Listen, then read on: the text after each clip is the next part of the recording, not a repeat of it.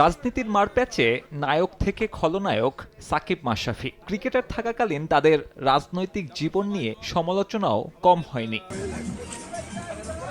সংসদ সদস্য হিসেবে মধুচন্দ্রিমা শেষে তারাই এখন মামলার আসামি। সাকিব মাশরাফিদের মতো এমন পরিণতি যেন অন্যদের না হয়, তাই খেলোয়াড়দের রাজনীতিতে নাম লেখানোর বিপক্ষে বিএনপি মহাসচিব মির্জা ফখরুল ইসলাম আলমগীর। খেলাধুলার সঙ্গে রাজনীতির সম্পর্ক থাকা উচিত না, এবং যেটা চলমান অবস্থাতেও নয়, এবং ভবিষ্যতে যারা খেলা ছেড়ে দেবেন তারা রাজনীতি যেতেই পারেন, এটা তাদের অধিকার।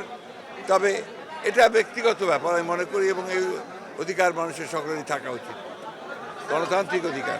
রাজনৈতিক পট পরিবর্তনে দীর্ঘ 11 বছর পর এদিন মিরপুরের হোম অফ ক্রিকেটে এসেছিলেন মির্জা ফখরুল। জিয়া ক্রিকেট টুর্নামেন্টের ফাইনালে তিনি ছাড়াও তার দলের নেতাকর্মীদের উপস্থিতি ছিল চোখে পড়ার মতো। বাংলাদেশের মানুষ যেমন ক্রিকেটকে ভালোবাসে, একই সঙ্গে মুক্তিযুদ্ধের ঘোষক বীর মুক্তিযোদ্ধা শহীদ জিয়া রহমানকেও একইভাবে তারা ভালোবাসে। তার সময়ে চেষ্টা করেছেন খেলাধুলা ক্রীড়াঙ্গনকে আরও বেশি অ্যাক্টিভ করে তোলার জন্য।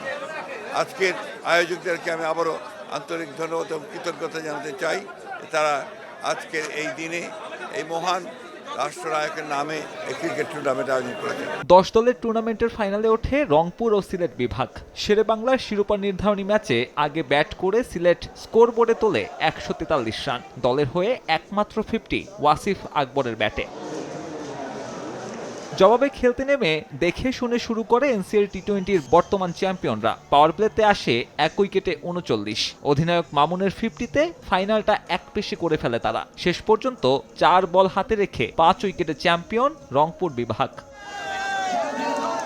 মাঠে থেকে বিজয়ী দলের হাতে পুরস্কার তুলে দেন বিএনপি মহাসচিব। যদিও পুরস্কার বিতরণী অনুষ্ঠানে দেখা যায়নি কোনো বিসিবি পরিচালককে। সাব্বির মিথুন, সময় সংবাদ, ঢাকা।